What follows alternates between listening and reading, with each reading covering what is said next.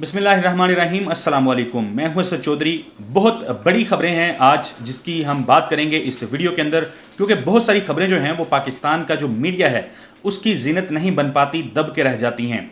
पाकिस्तान तहरीक इंसाफ का हुकूमती इत्तेहादियों को गैरत दिलाने का मिशन जो है वो शुरू हो चुका है। उस हवाले से बड़ी खबरें शेयर करेंगे। वफाकी वज़ीर दाखिला राना सनाउल्लाह जो हैं उन्होंने क्या धमकी दी है, क्यों धमकियां दे रहे हैं, क्यों धमकियां देने पे उतर आए हैं, वो आपके साथ शेयर करूंगा। मौलाना फजलुर रहमान ने एक बड़ा इकरार किया है, उस हवाले से बात करेंगे। और कुछ इंतहाई सेंसिटिव चीज़ें हैं जो आज पब्लिक अकाउंट कमेटी की जो मीटिंग थी उसके अंदर सामने आई हैं।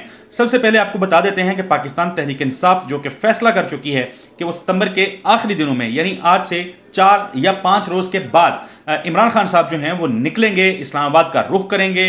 एक बड़ा लॉन्ग मार्च जो है उसकी तवक्को की जा रही है, उसका इम्कान है। हुकूमत भी इस हवाले से मनसूबाबंदी कर रही है। हुकूमत जो है उसने मुख्तलिफ सूबों से नफरी जो है वो तलब कर ली है। FC एहलकार जो हैं, रिजर्व फोर्सेस जो हैं, उसको इकट्ठा करना शुरू कर दिया है, क्योंकि मुकाबला करना है इमरान खान का। शेलिंग के लिए जो चीज़ें इस्तेमाल होती हैं वो मंगवा ली गई हैं, तैयार कर ली गई हैं। इसी तरह ड्रोन कैमरे जो हैं वो हासिल किए गए हैं शेलिंग करने के लिए।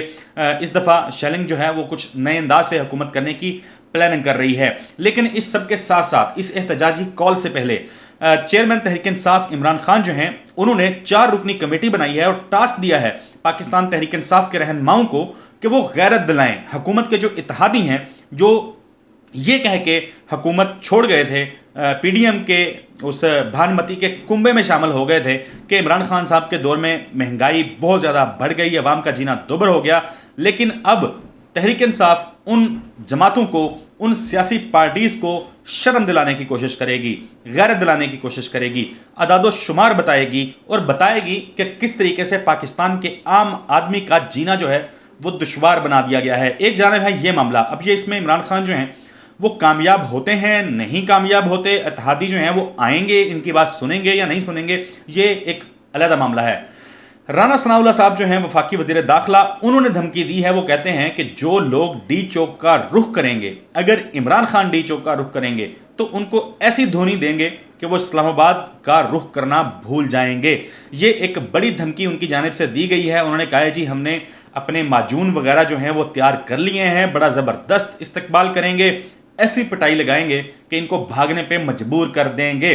वफाकी वज़ीर दाखिला राना सनाउल्लाह जो हैं उन्होंने 25 मई को जब तहरीक इंसाफ लॉन्ग मार्च कर रही थी, उस वक्त जो एक रियासती दहशतगर्दी देखने को आई थी, जो बर्बरियत का सिलसिला सामने आया था, फिर उसको कंडेम भी किया गया मुख्तलिफ हल्कों की जानिब से। एक मरतबा फिर वही एपिसोड दोहराने का इरादा किया है, अल्टीमेटम दे रहे हैं। जबकि दूसरी जानिब जो पाकिस्तान तहरीक इंसाफ के रहनुमा हैं वो बड़े पुरएतमाद हैं। इफ्तिखार दुरानी साहब जो हैं वो उन्होंने गुज़िश्ता रोज़ दावा किया कि राना सनाउल्लाह जो हैं उनको माफ़ी मांगनी पड़ेगी।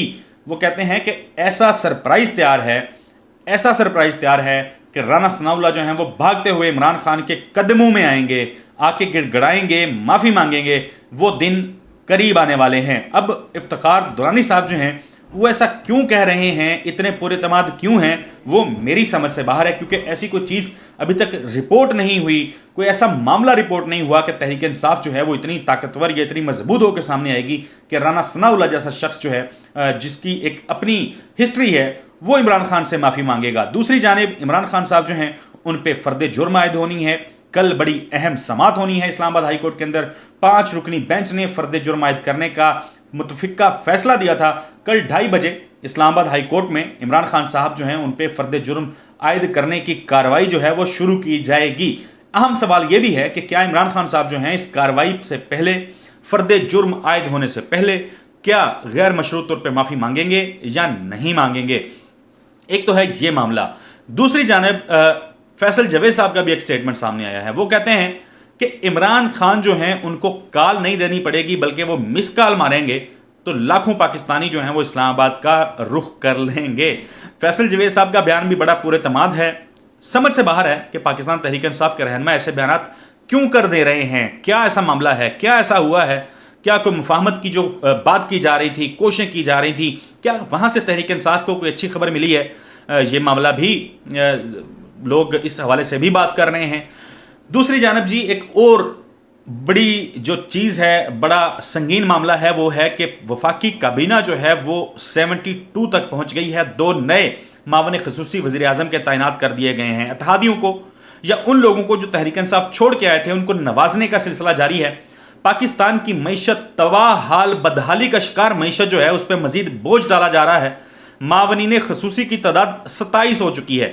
शहबाज शरीफ साहब के 27 मामले खसूसी हो चुके हैं और हैरानकुन बात है कि 22 मामले खसूसी ऐसे हैं जो कोई काम नहीं कर रहे, सिर्फ ओहदा इंजॉय कर रहे हैं, प्रोटोकॉल और मराहत इंजॉय कर रहे हैं। उनको कोई ऑफिस, कोई कलमदान, कोई डिपार्टमेंट जो है उनके हवाले नहीं किया गया। इसी तरह जावेद लतीफ़ साहब जो इमरान खान के खिलाफ मजहबी जो जज्बात हैं लोगों के, उसको भड़काने के मिशन पे हैं, वो वफाकी वजीर बनाए गए हैं। कोई ऑफिस नहीं है, कई महीने से वफाकी वजीर हैं। शर्म आनी चाहिए इस हुकूमत को, शर्म आनी चाहिए उन लोगों को जो पाकिस्तान के गरीब आदमी का पैसा, पाकिस्तान के आम आदमी के टैक्स के पैसे पर इन ऐसे लोगों की जो यशियां करवा रही है। जब लोगों के पास कलमदान नहीं है, जब उनको ऑफिस नहीं दिए गए, जब करने को काम नहीं है, तो फिर क्यों मावने खसूसी बनाए जा रहे हैं?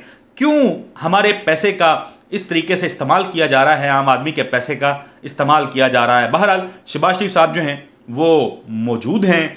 आपको पता है अमेरिका में UNGA का अहम सेशन होना है, उनकी एक बड़ी अहम मुलाकात हुई है। फ्रांसीसी सदर जो हैं उनसे मुलाकात हुई और फ्रांस के हवाले से आपको पता है कि तहरीक इंसाफ के दौर में TLP ने एक बड़ा धरना दिया था, बड़ा मार्च हुआ था, बड़ा खून खराबा हुआ था पाकिस्तान में। मुल्क को कुछ दिन के लिए जिस तरह अफरा तफरी का आलम था, लोग जो है वो फोर्सेस के सामने आ गए थे, मार कुटाई, लड़ाई झगड़ा और बड़े बड़े बयान दिए जा रहे थे। इमरान खान साहब को गुस्ताख कहा जा रहा था, यहूदियों का एजेंट कहा जा रहा था। हाफिज साद रिजवी जो हैं TLP खादम हुसैन रिजवी के जो साहबजादे हैं, उनकी गुफ्तगू सुने तो लगता था पता नहीं क्या कर गुजरेंगे ये, कि फ्रांसीसी सफीर को निकाल दो। हालांकि फ्रांसीसी सफीर पाकिस्तान में उस टाइम तैनात भी नहीं था। मगर अब क्या हुआ है जी? अब जो हुआ है वो भी बड़ा हैरानकुन है। शहबाज शरीफ साहब की मुलाकात हुई है, मगर TLP मुकम्मल तौर पे इस मामले पे खामोश है। TLP की जानिब से इस पे बात तक भी नहीं की जा रही है। बड़ा हैरानकुन, कोई किसी किस्म का स्टेटमेंट जो है इस हवाले से सामने नहीं आया। लोग इस हवाले से लिख रहे हैं, वो कह रहे हैं कि इस हवाले से स्टेटमेंट सामने आना चाहिए। खैर, कुछ खबरें हमने डिस्कस कर ली। एक और बड़ी सेंसिटिव खबर है, एक बड़ी अहम खबर है, बड़ा अहम मामला है। पब्लिक अकाउंट कमेटी के इजलास में, मीटिंग में चेयरमैन नादरा जो हैं उन्होंने एक इंकशाफ किया है। उन्होंने बताया है कि पाकिस्तान के तकरीबन 500 से ज़ायद लोग या शहरी ऐसे हैं जो बहुत हसास किस्म की मालूमात रखते हैं और वो दोहरी शहरियत के हामिल अफराद थे। अब उन्होंने पाकिस्तान की शहरियत जो है उसको खैराबाद कह दिया है, पाकिस्तान की शहरियत छोड़ दी है। अब ये बड़ा संगीन मामला है कि 500 लोग ऐसे जिनके पास सेंसिटिव इंफॉर्मेशन है और वो पाकिस्तान की शहरियत छोड़ चुके हैं। तो अभी भी पाकिस्तान के मुख्तलिफ दफातर में आला अफसरान ऐसे मौजूद हैं, ऐसे लोग मौजूद हैं, ब्यूरोक्रेसी में ऐसे लोग मौजूद हैं जो दोहरी शहरियत के हामिल हैं, 2-2 ममालिक की शहरियत ले रखी है। और ज़ाहिर है पाकिस्तान की हमारे अहम मालूमात उन लोगों के पास होती हैं, सेंसिटिव इंफॉर्मेशन उनके पास होती है, और वो भी खुदा ना खास्ता मुस्तकबिल में फिर पाकिस्तान की शहरियत को खैराबाद कह देंगे और जाके बिरून मुल्क किसी मुल्क में आबाद हो जाएंगे। तो ऐसा नहीं होना चाहिए, सख्त नोटिस लेने की इस पे ज़रूरत है। आप अहम आवाम जो है, हम सबको इस हवाले से आवाज़ बुलंद करने की ज़रूरत है। अगली वीडियो तक के लिए मुझे इजाज़त दीजिए। अल्लाह हाफिज़।